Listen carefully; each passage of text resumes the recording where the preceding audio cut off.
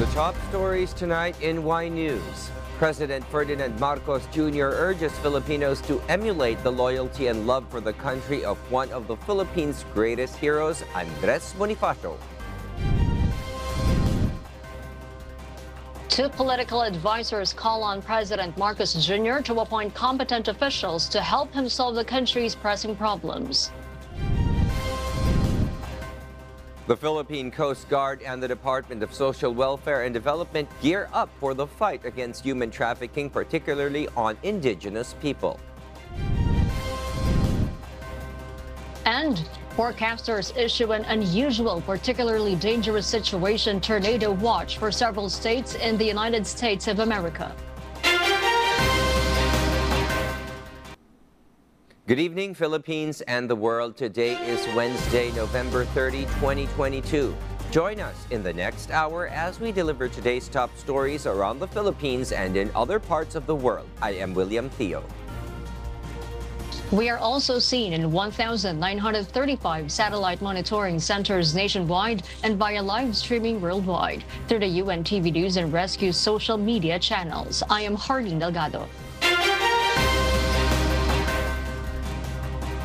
First in the news, President Ferdinand Marcos Jr. commemorated on Wednesday, November 30, the 159th birth anniversary of the father of the Philippine Revolution and hero Andres Bonifacio, hoping the public will be inspired by his service for the country. Nel Maribuho reports.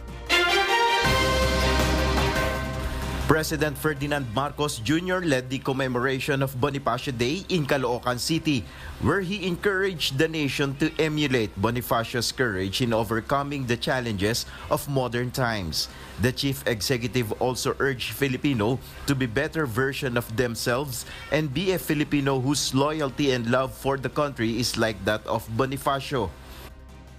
Kaya naman, sikapin natin na maging pinakamahusay na uri ng ating mga sarili, na maging Pilipino na ang katapatan at pagmamahal sa bayan ay kapares ng ating mga bayaning tulad ni Gat Andres.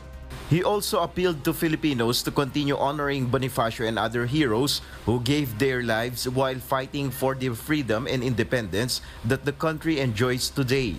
As the country faces the challenges of modern times, the President believes that Bonifacio, other Filipino heroes, and the country's modern heroes serve as examples for the nation to attain its goals.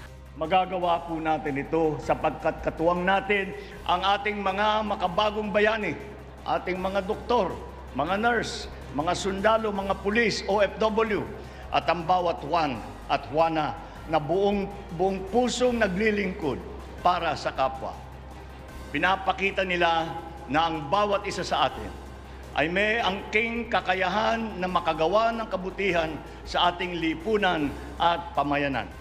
According to PBBM, remembering Bonifacio and other Filipino heroes is important in developing national consciousness based on our country's history, which will guide the nation toward a better future.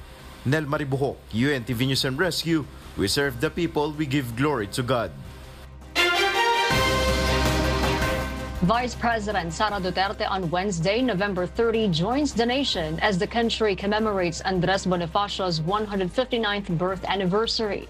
In a statement, Duterte highlighted the love for the country of Bonifacio, also known as the father of Philippine Revolution, and how it can inspire the nation to be united in facing difficulties. Duterte, who also has the Department of Education, hopes that Andres Bonifacio's courage and heroism will instill a deep sense of patriotism among Filipinos. He also urged Filipinos to continue loving the Philippines. Meanwhile, the Philippine Coast Guard, or PCG, will assist the Department of Social Welfare and Development in the fight against human trafficking, particularly on indigenous peoples, or IPs. The PCG will conduct strict inspections in the ports in cooperation with the DSWD and local government units. PCG spokesperson Commodore Armand Balillo said they will do background check for those IPs who want to travel from provinces to Metro Manila. And if they will find reasonable ground that they may be victims of human trafficking, the PCG will not allow them to travel. The Bureau of Corrections seeks to release 500 to 700 persons deprived of liberty before the end of the year. Janice and Henta will tell us why. In a bid to decongest all colonies, including New Bilibid Prison, or NBP, which is currently super congested, the Bureau of Corrections, or Bucor, is eyeing to release of up to 700 persons deprived of liberty from various prisons and penal farms by the end of the year 2022. Bucor officer in charge, Gregorio Catapang Jr. said they will recommend issuing executive clemency to PDLs that are 60 to 70 years old, which is allowed by the law. Nag-overtime po kami ngayon, 3 shift po kami. Kasi ang nagpapabagal po dyan yung documentation. Hindi naman pwedeng ilalabas mo lang yan na walang papeles, coordinate to the other government agencies, of course, sa mga public service office, sa mga bureau of parole. Yun po mga ahensya na kailangan ng coordination. Katapang noted that there are thousands of 70-year-old and above inmates in the NBP. Meanwhile, according to Katapang, 300 million pesos budget has been released to Bucor for the construction of new buildings in prisons.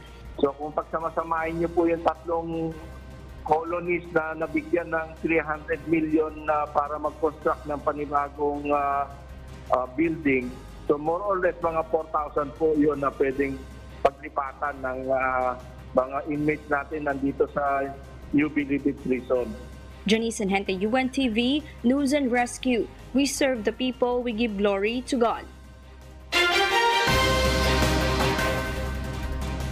And for the news abroad, intense tornadoes are expected to hit parts of several states in the United States as forecasters issue an unusual level of risk to alert residents. Ryuji Sasaki will give us the details live.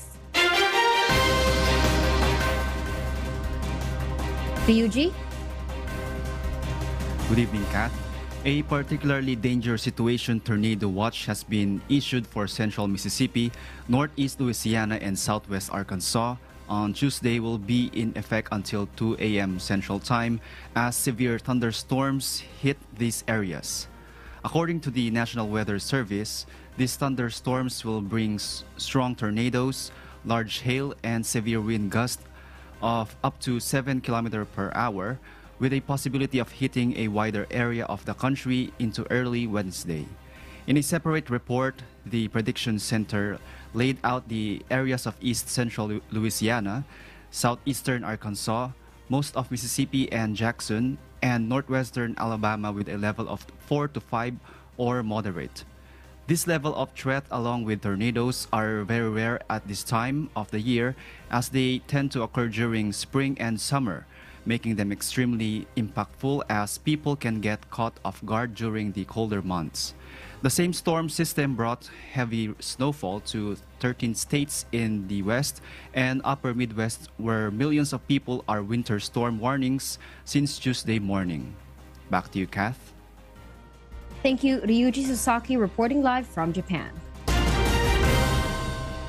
The Centers for Disease Control, or CDC, in the U.S. has allotted more than $3 billion to its public health system to ease the damage the COVID-19 pandemic has done to the public health workforce and infrastructure. This funding includes $3 billion from the American Rescue Plan, $140 million from a new appropriation for jurisdictions. $65 million will also be given to national health partners such as Association of State and Territorial Health Officials, National Network of Public Health Institutes, and Public Health Accreditation Board to provide training, evaluation, and other technical assistance. This is the first time that this kind of funding provides directly to state, local, and territorial health departments to give what the healthcare system needed to promote and protect health in U.S. communities. CDC Director Rochelle Walensky stated that the health agencies were already weakened and by neglect and underinvestment, and the COVID-19 pandemic has severely stressed these agencies. She also said that the budget allocated for them would help the public health system and protect the populations they serve. After months of asking NATO for more air defense weapons, it has pledged to give more weapons as well as repair support to Ukraine's energy infrastructure. Joselito Liquido explains why live. Yes, Joselito?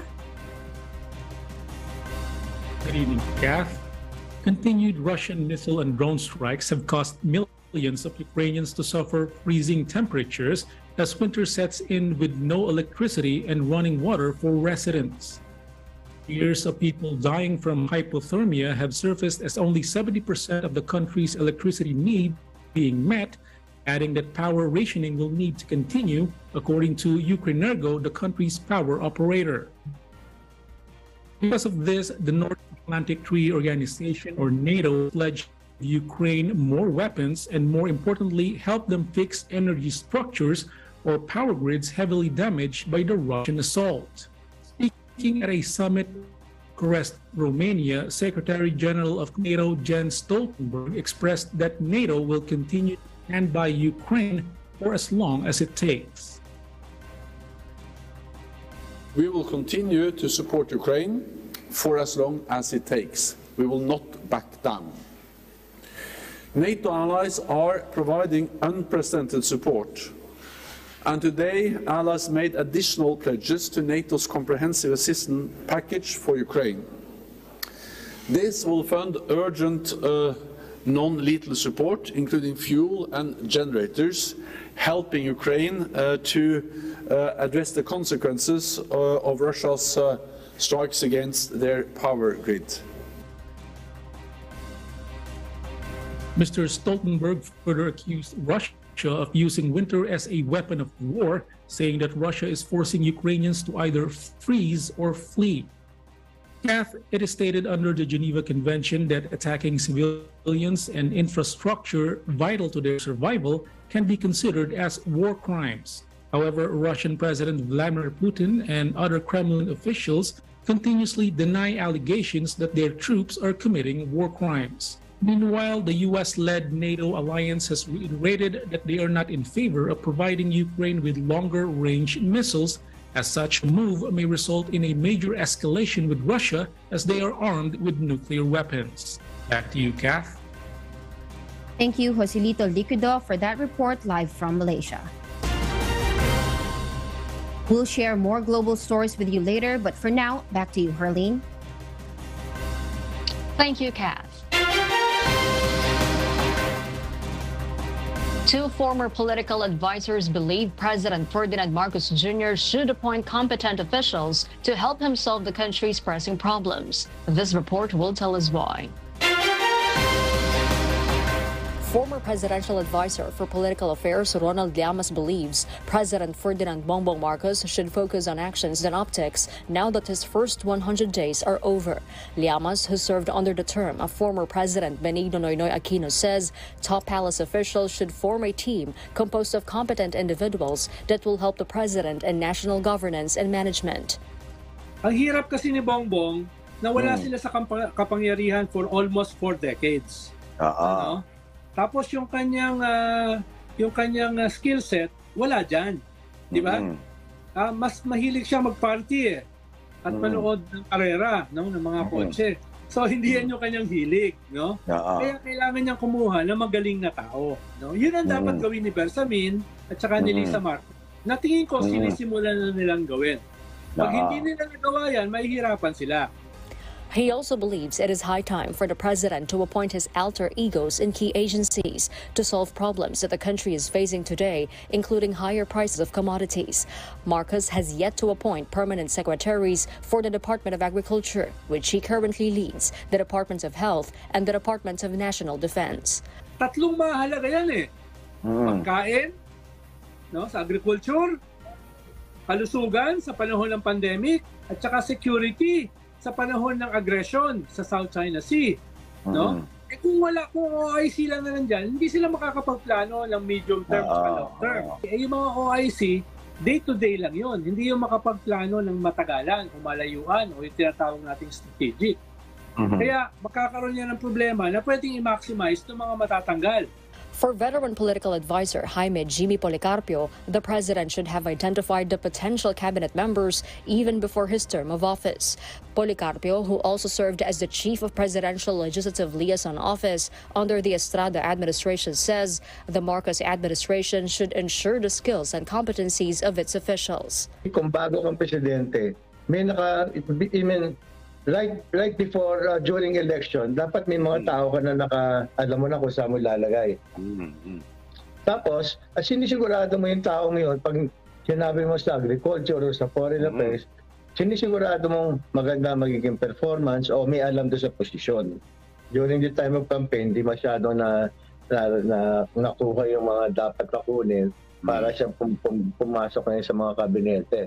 Kaya nakikita mo, may mga kabinet pinapasok, tinatanggal. Aside from forming a competent team, Llamas adds Marcos should scale up his leadership style and strategy to effectively lead the country and avoid internal conflict among his top officials. So yung makikita mo doon sa first 100 days, yung kanyang style of leadership.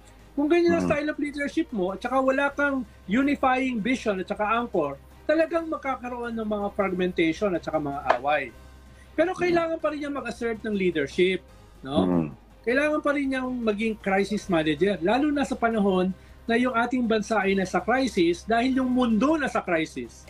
Harleen Delgado, UNTV News and Rescue. We serve the people. We give glory to God. In other news, the Commission on Elections, or COMELEC, announced on Wednesday, November 30, that they will start the continuing voter registration on December 12, 2022 for the upcoming elections. Dante Amento tells us why. After President Ferdinand Marcos Jr. signed the Barangay and Sangguniang Kabataan or SK Elections Postponement Bill, the Commission on Elections, or COMELEC, decided to resume the continuing voter registration across the country for the upcoming elections. This will start on December 12, 2022 until January 31, 2023. Among the registration applications to be accepted include the first-time Sangguniang Kabataan or SK and regular voters, transfer of voter record for those who want to vote in other place in the next elections, and correction of wrong entries in the voter registration record. Yung mga na-deactivate po na dapat magpa-reactivate na para makaboto po kayo sa next year sa parating na halalan at sa susunod pang mga halalan. Yung pong may mga mali sa kanilang pangalan o iba pang datos sa registration. Meanwhile, the poll body will also conduct a new registration concept called the Register Anywhere Project, or RAP, from December 17, 2022 to January 22, 2023 during Saturdays and Sundays. The pilot testing of this project would be in 5 malls in Metro Manila, such as SM Mall of Asia, SM Fairview, SM South Mall, Robinson's Place Ermita Manila, and Robinson's Galleria. This will allow non-National Capital Region residents to register in the designated registration booths in those malls. Pumunta lang po kayo dun sa RAP booth.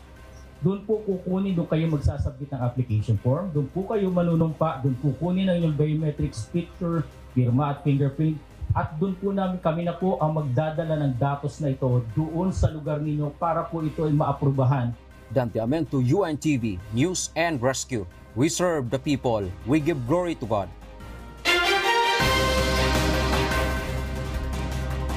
Australia refuses recommendation of the UNESCO to list the Great Barrier Reef as an endangered World Heritage Site. Paul Gatchalian will tell us why live. Yes, Paul? Kat, Australia defends that the world's biggest coral reef system is not yet at its end stage and proclaimed that the ecosystem will continue to recover and thrive. Australia's defense comes after the United Nations Educational, Scientific and Cultural Organization, or UNESCO, reported that the heritage site is being significantly compromised by climate change and that now needs to be marked endangered.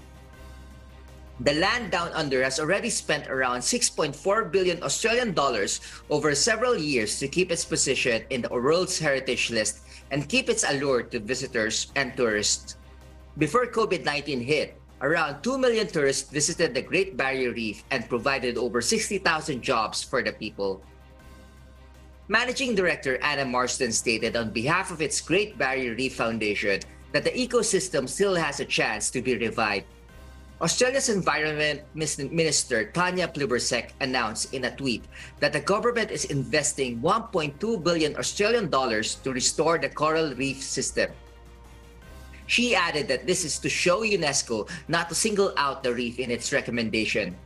Plibersek also stated that UNESCO's report reflected the former government, which took a conservative approach to the heritage site, but is now also replaced by the Labour Party, ready to address the environment's concerns. Australia's efforts are now being recognized by the International Union for Conservation of Nature and UNESCO. Back to you, Kat. Thank you, Paul Gatchalian, for that report live from New Zealand. This week, European Union countries are still trying to achieve an agreement on a price cap on Russian oil, involving adjustments that may happen in the future and also tying it to a package of fresh penalties against Moscow for its invasion of Ukraine. Annie Mancilia details why live. Annie? Kath, the group of 7 or G7 countries are still in talks to implement a price cap plan for Russian oil, a plan that aims to cut Russian President Vladimir Putin's revenues and war fund against Ukraine, but keep enough Russian oil flowing through global markets. The European Union or EU submitted the G7 plan proposing a cap no more than $62 per barrel. This was down from last week's original suggestion of $65 to $70 per barrel as a price cap. However, there was disagreement among EU countries who argue that this price cap would fail to bring down Russia's revenues. Revenue assumptions in Russia's 2023 budget are based on oil prices at $65 per barrel. Therefore, Poland, Lithuania, and Estonia rejected the G7's proposal and expressed that the cap should instead be closer to $20 to $25 per barrel, which is Russia's production costs. Additionally, the deadline for an agreement was set for Monday, December 5, the date on which the EU's own complete ban on imports of Russian seaborne oil would be in effect. Meanwhile, negotiations between the EU government and the G7 countries will continue in small groups this week in order to reach an agreement by Monday. Kath? Thank you, Annie Mancilia, for that report live from Singapore.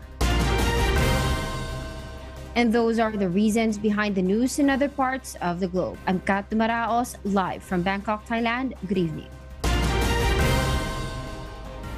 There are 3 holidays specifically for remembering the bravery of these 3 Philippine heroes, Jose Rizal, Andres Bonifacio, and Ninoy Aquino. Among the 3, however, Bonifacio has the only holiday celebrating his birth. Eileen Cerudo will tell us why. Histories were written depicting the death of Jose Rizal and assassination of Benigno Ninoy Aquino. Both personalities showed their bravery and love for country. The death of Andres Bonifacio, however, has a different and controversial story. Experts and historians wrote about how Bonifacio was killed on May 10, 1897, with Emilio Aguinaldo being the alleged mastermind of it all. Because of the controversy and how Bonifacio died in the hands of his own countrymen, experts say it was more prudent to remember the leader of the Katipuneros through his birth date. Mahalaga na ipagdiwang natin tong araw ni Gat Andres Bonifacio sapagkat kailangan nagsiset aside tayo ng araw na tayo ay umaalala dun sa mga nagtatag ng ating bansa. Despite this, however, historian Xiao Chu has said that his death should not overshadow the accomplishments and sacrifices he made for the country. He is called the father of the Philippine Revolution and the founder of the Katipunan. Chua also said that Bonifacio not only taught Filipinos about strength and bravery, but something more. Dapat wag natin kalimutan, tinuruan niya rin tayong umibig, 'di ba? Sa bayan, sa kapwa, no? At sa lupang tinubuan. Sabi nga niya, aling pag-ibig pa ang hihigit kaya sa pagkadalisay at pagkadakila, gaya ng pag-ibig sa tinubuang lupa. Aling pag-ibig pa, wala na nga, wala. Eileen Zarudo, UNTV News and Rescue. We serve the people, we give glory to God. Meanwhile, the Bureau of Immigration, or BI, has ordered a thorough investigation into the rise of human trafficking attempts that involve fake travel documents, including airport entry passes to enter the restricted boarding terminals of the Ninoy Aquino International Airport, or NAIA. BI Commissioner Norman Tancinco instructed Immigration Port Operations Chief Carlos Capulong to request airport authorities to probe the issue with the Manila International Airport Authority officials. Tancinco made the move after airport security and police intercepted 3 trafficking victims in early November. Based on the report, the victims used airport access passes issued to employees of various airport concessionaires to enter the boarding gates of NAIA. It was also found out that their passports and boarding passes bore counterfeit immigration stamps. The BI chief voiced his concern after another female victim of illegal recruiter rescued by aviation police last November 16. This victim presented a fake access pass and attempted to enter the employee's entrance of the airport. Tancinco mentioned that previous victims might have used the same strategy to evade strict immigration departure assessment and to depart the country for illegally employment in countries such as Myanmar. In a statement, Tancinco described the problem as a big security issue that needs a thorough joint investigation by the BI together with the local law enforcement agencies and the MIA. He noted that something must be done to stop this issue, and they are implementing strict departure formalities to ensure that all departing passengers are inspected and assessed by airport officers. Just in time for the holiday season, the state-run Philippine National Railways, or PNR, has announced the extension of its operating hours in its Metro Manila routes to provide alternative transportation means for commuters in anticipation of the holiday rush. The PNR mentioned that under the extended operating hours, the first train leaves Tutuban at 4:11 a.m., while the last train leaves Tutuban at 9:16 p.m. to diffuse passenger overcrowding. The additional train trips are as follows. From Tutuban to San Pedro, the schedule is at 8:16 p.m. From San Pedro to Tutuban is at 4:50 a.m., while the train trip to Sucat to Tutuban is at 5:01 a.m. The PNR has daily trips of around 44 to 50, but this will be increased to 55 to 60 under the extended operating hours. Based on their data, the PNR recorded a 17% increase in ridership boarding in Tutuban Station during the holiday season in 2019. Due to the eased COVID-19 health protocols across the country, the PNR has projected that the Metro Manila ridership will return to the pre-pandemic levels. Our kasangbahay, as the world faces these trying times amid the pandemic caused by coronavirus, we are inviting everyone to join the global prayer for humanity. Good day. I'm Brother Eli Soriano of the members of the Church of God International. I want to invite you to join us in a minute of prayer every day to pray for humanity and the whole world as we go through these perilous times. While safety measures like washing of hands and strengthening of our immune systems may help us through this horrible predicament, there is still no precaution or cure more powerful than God's mighty intervention. And we need His intervention now more than ever. It doesn't matter what religion you are in or what denomination you belong. This is an invitation for all the people around the world who cares for the future of their family, friends, loved ones, and humanity as a whole. Everybody is welcome to pray with us. For more details, you can check out the description box below. Thank you very much, and I hope to hear from you soon. May God bless you.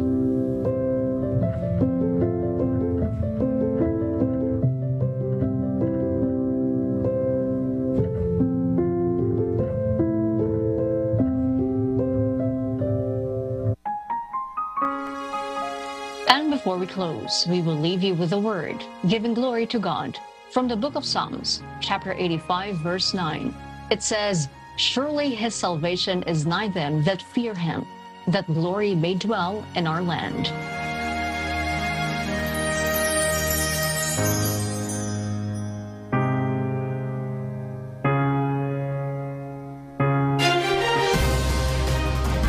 Those are the reasons behind the news, November 30, 2022.